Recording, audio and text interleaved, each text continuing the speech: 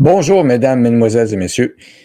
Un petit retour sur quelque chose qui a été lu, dit, vous l'avez peut-être entendu, vous l'avez peut-être lu, vu, hein, en 2022. Pourquoi je fais ceci? Je vais lire avec plaisir une lettre de quelqu'un d'important, parce que c'est encore en avril 2023, c'est d'actualité. Ça revient encore. Pourquoi? Pour ne pas oublier. Je parle de la lettre du général Christian Blanchon. Message aux non-vaccinés. Alors, ça me fait plaisir de relire cette lettre qui est assez importante pour une bonne partie de l'humanité actuellement, surtout en Occident. Message général Christian Blanchon rendant hommage aux non-vaccinés. Ils sont là à vos côtés, ils semblent normaux, mais ce sont des super-héros.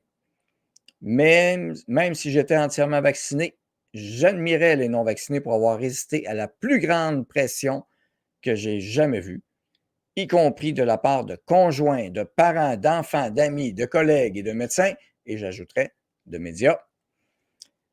Les personnes qui ont été capables d'une telle personnalité, d'un tel courage et d'une telle capacité critique incarnent sans aucun doute le meilleur de l'humanité.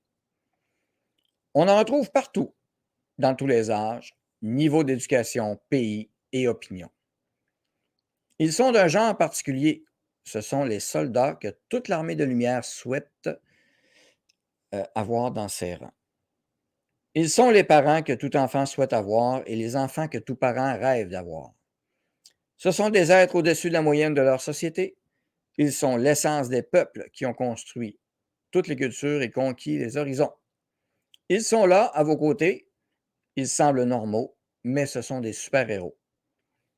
Ils ont fait ce que les autres ne pouvaient pas faire. Ils ont été l'arbre qui a résisté à l'ouragan des insultes, de la discrimination et de l'exclusion sociale. Et ils l'ont fait parce qu'ils pensaient être seuls et croyaient être seuls. Exclus des tables de Noël de leur famille, ils n'ont jamais rien vu d'aussi cruel. Ils ont perdu leur emploi. Ils ont laissé leur carrière sombrer. Ils n'avaient plus d'argent, mais ils s'en fichaient. Ils ont subi d'incommensurables discriminations, dénonciations, trahisons et humiliations, mais ils ont continué. Jamais auparavant dans l'humanité, il n'y a eu un tel casting.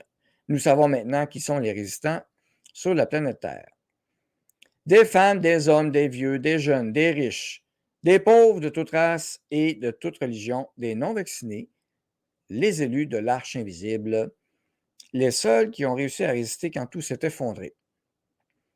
C'est vous. Vous avez passé un test inimaginable que beaucoup de marines, commandos, bérets verts, astronautes et génies les plus coriaces n'ont pu surmonter. Vous êtes fait de l'étoffe des plus grands qui ait jamais vécu, ces héros nés parmi les hommes ordinaires qui brillent dans l'obscurité. Christian Pichon, général de l'armée française, source Mediapresse. Alors, voilà. Nous sommes au mois d'avril 2023 et cette lettre est encore nécessaire. Pourquoi? Parce que oui, maintenant, au fil du temps, plusieurs se sont ajoutés à ce groupe de personnes indomptables, résistantes et éveillées, si on peut dire, allumées. Tous les épithètes positifs, hein, on a mentionné beaucoup la lumière. Ben, en avril 2023, ça se poursuit. Il y a encore des aberrations qui se passent. Pas seulement de la cove patente, mais aussi dans d'autres domaines, on le voit actuellement. La censure existe toujours. Alexis Cossette s'est fait barrer. Elon Musk est revenu dans la face de la BBC.